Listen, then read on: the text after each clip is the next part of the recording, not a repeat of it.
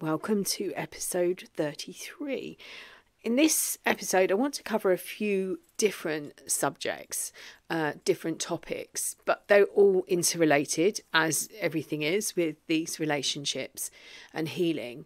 If you don't skip through the intro, I do say in the intro that I want to give you the tools and help you find the tools to help yourself to heal on that level, becoming the best version of yourself.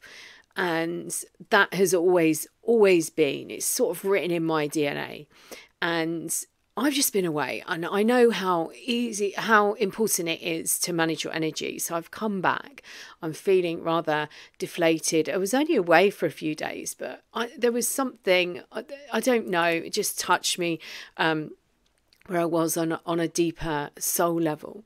And in the group at the moment, which I do like to use a bit of a barometer, over the last few weeks, people have been coming or getting to a point where they're being triggered. So I do want to cover triggers and want to question also, because of some of the work that I do. I work in a somatic way, releasing the trauma from the body.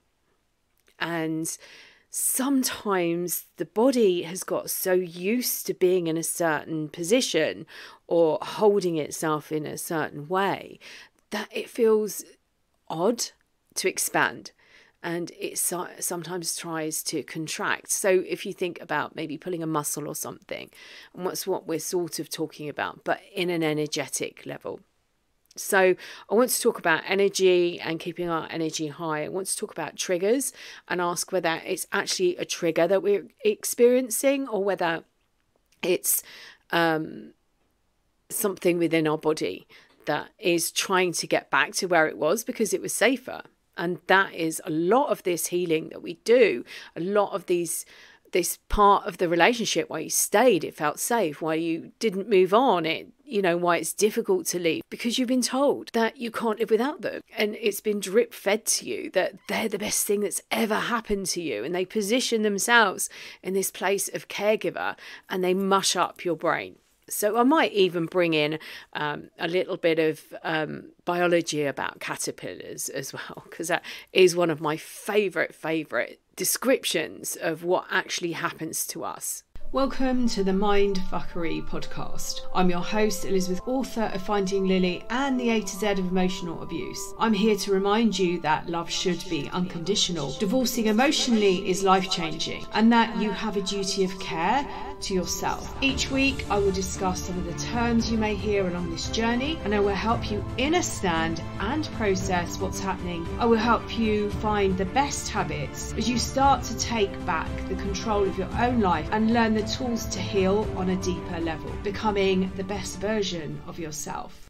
So let's start at the very beginning. Apparently it's a really good place to start. When you read, you begin ABC. When you sing, you begin Do, Re, Mi. I know how difficult it is to keep your energy high. I also know how important it is to acknowledge the emotions that come up and ask the questions. Are they triggers?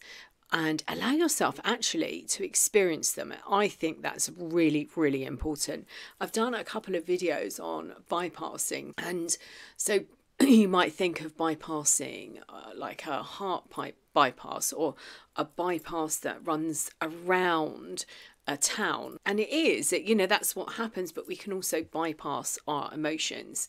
So we can pretend on one level that everything's okay and we're absolutely fine, but inside there's a pain or there's a sadness, and that emanates out, and we are all affected by each other's emotions. And you can bypass in all sorts of different ways. And one of them is actually spirituality. So you can dive into a spiritual lifestyle, particularly coming out of some form of traumatic events. And you can use that to bypass what's actually going on.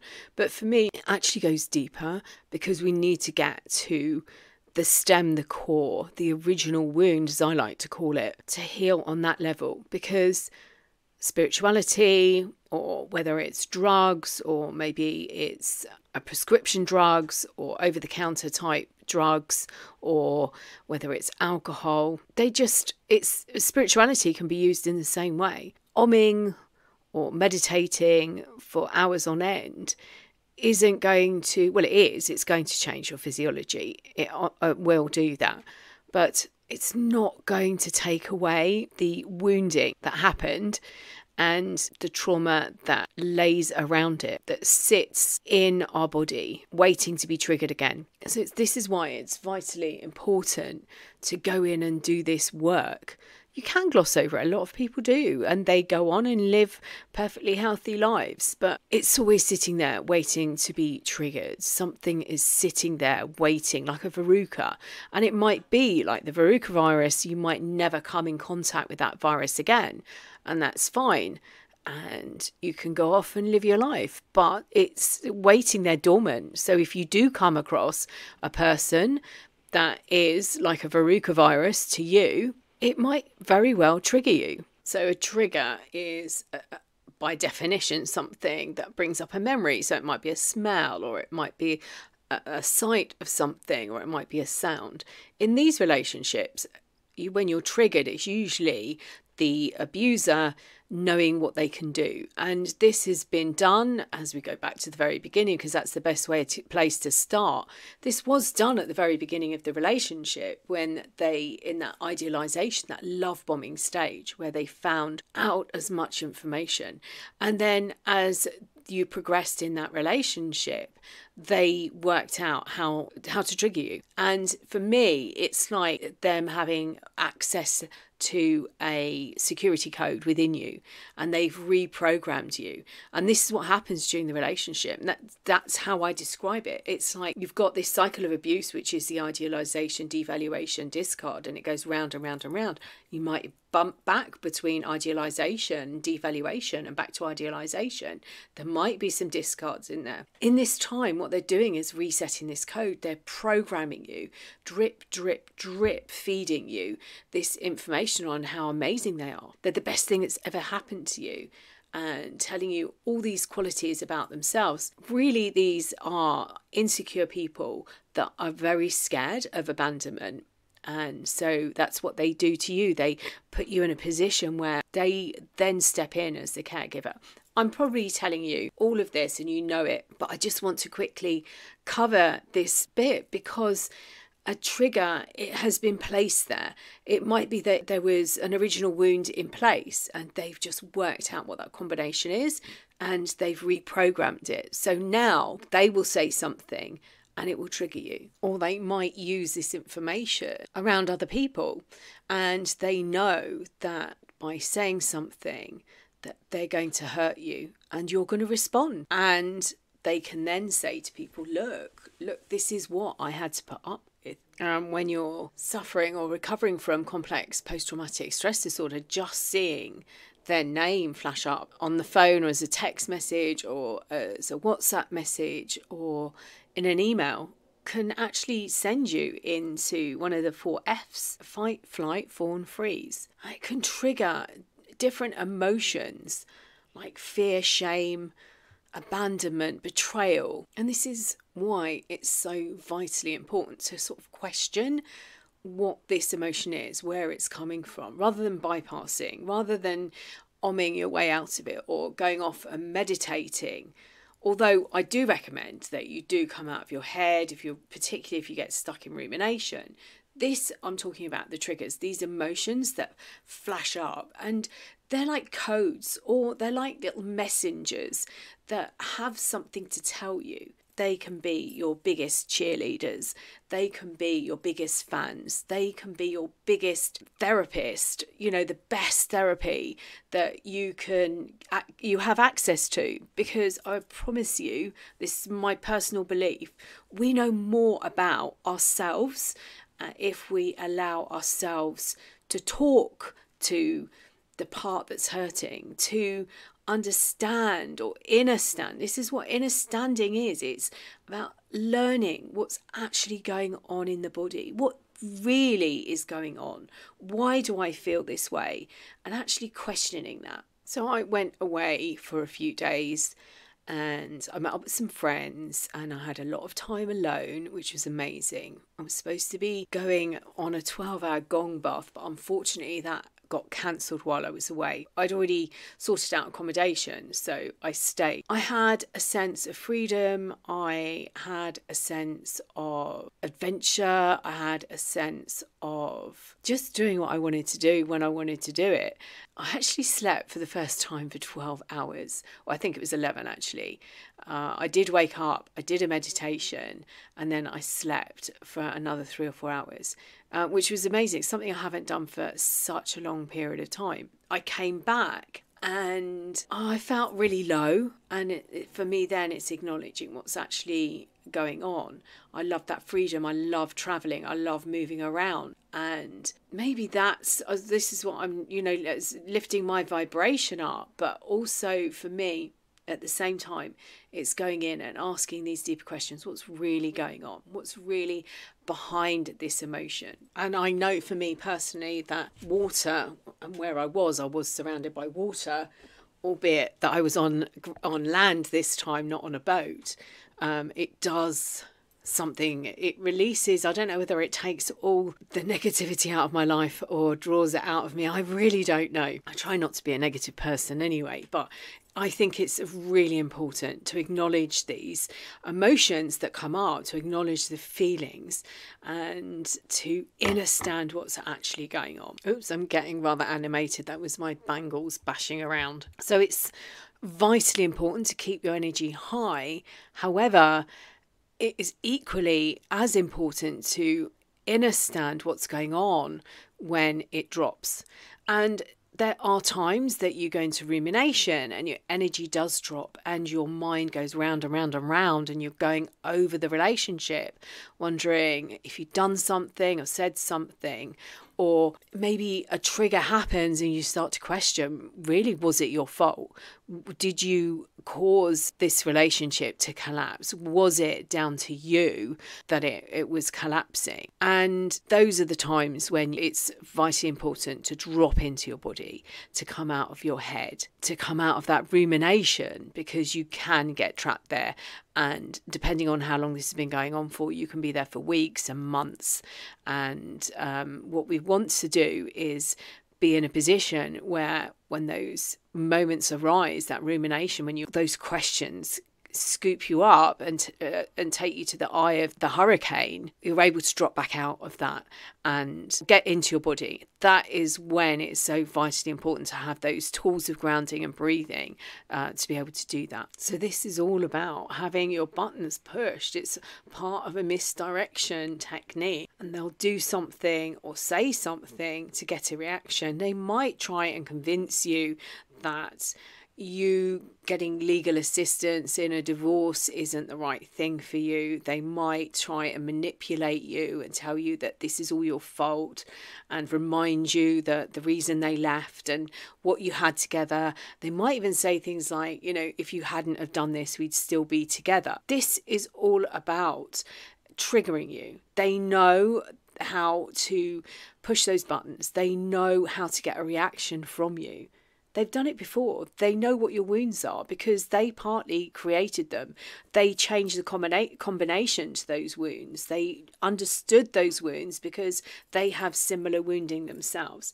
It was just that their personality, when they experienced their wounding, was that they abandoned themselves. And so now their biggest fear is abandonment. And for some, they actually hand over their wounds to you. So you might even wonder what's going on, why you feel this way, why it feels odd, is because these aren't your wounds. They've given them to you. They've convinced you that you've had an equally awful childhood as they have. And it's this energy thing, keeping your energy vibration high, because it does change the chemistry within you, but equally understanding what's going on and what the trigger is so that you can talk to these wounds and find out really what's going on and why you feel or sad or angry or whatever it is, that emotion that's coming up for you. It's so important.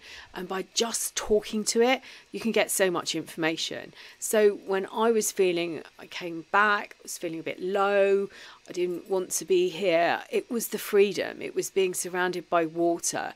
It was not feeling that I was in the way. And then it's like, oh, that's a really weird statement. Okay, let me look at this. When do I feel, or how has this played out in my life before? And then working with that. You can journal. You can do all sorts of things, but just reminding yourself that this emotion, this statement, it might be other statements that come off it, and you then suddenly realize you've got the key to what this emotion is.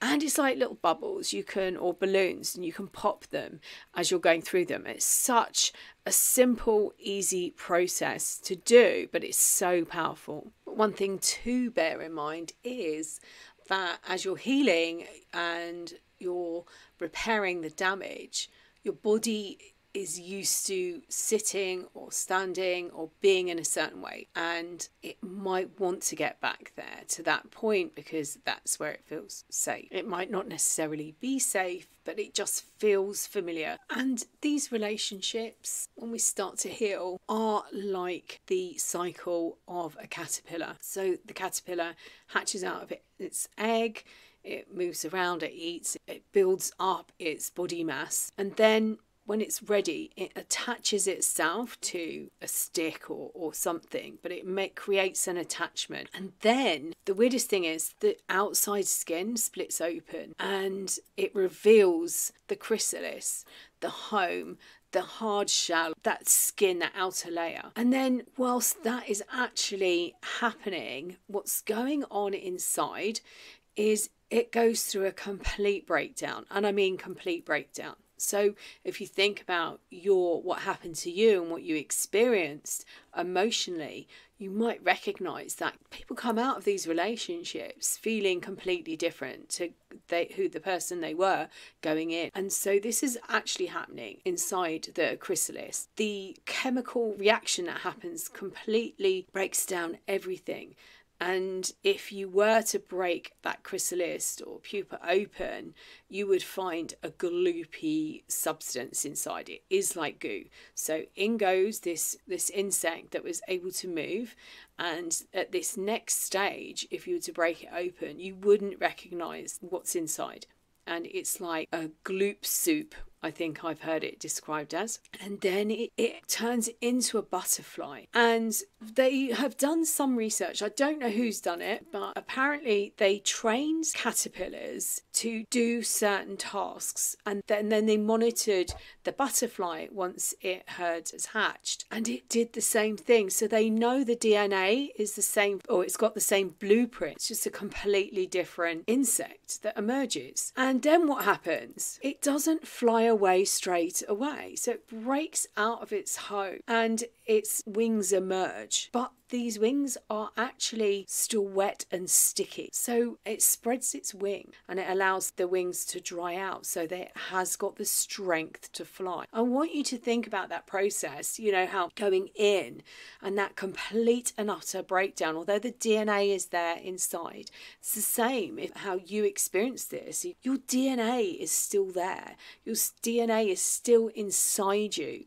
But it's what happens next. It's what you do with this, how you've learned and grown. And more importantly, it's how you heal those wounds, that gloopy period. It doesn't even have to be during that gloopy period, but it's how you heal those inner wounds that cause that attraction for you to meet up with that person. As I said, like the verruca virus, they are the virus, and you've already got something in you that attracts that virus, and it's there laying dormant unless healed, ready to strike again. So this butterfly sits and waits. Don't expect this huge freeing moment and then to fly off. There's a time that you rest. There's a time that you stretch and allow your wings to dry out.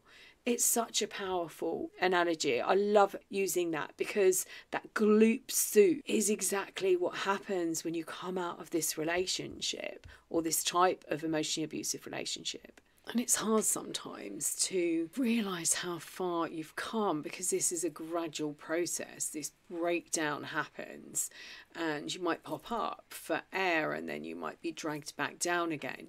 And it is important to keep that energy high, but it's equally as important that when something happens and you feel or experience these emotions of turmoil, where that gloop is happening, that breakdown is happening, that you question what it's about. That is where the magic happens. As I said, your DNA is intact. This is the chance to heal the wounds, and this is the mirror. This is the mirror that the emotional abuser stands in front of you with, because everything that you're falling in love with is something that they've stolen from you. Every element that they like about you, they've told you, I don't know how many times, during that love bombing stage, and even when they took you back round, like during that idealization, that cycle, they would have told you about the amazing qualities, and then they put you down for it just to confuse you. You're having your own metamorphosis. It's giving you a chance to go in and heal those wounds. Take it, grasp it.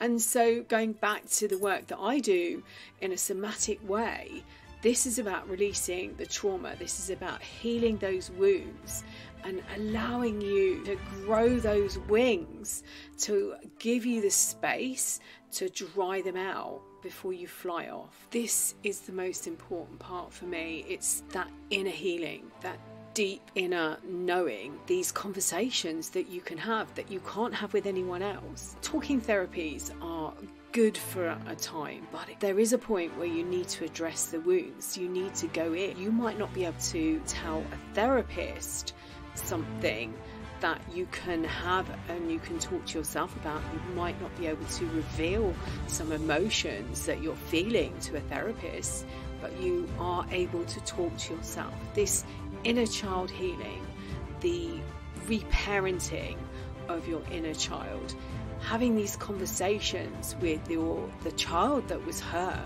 is so powerful. It's where the magic happens. It's where the transformation happens. It's where you get to step into your new life. I hope this has been helpful, and I'm sending you loads and loads of love. Until next time.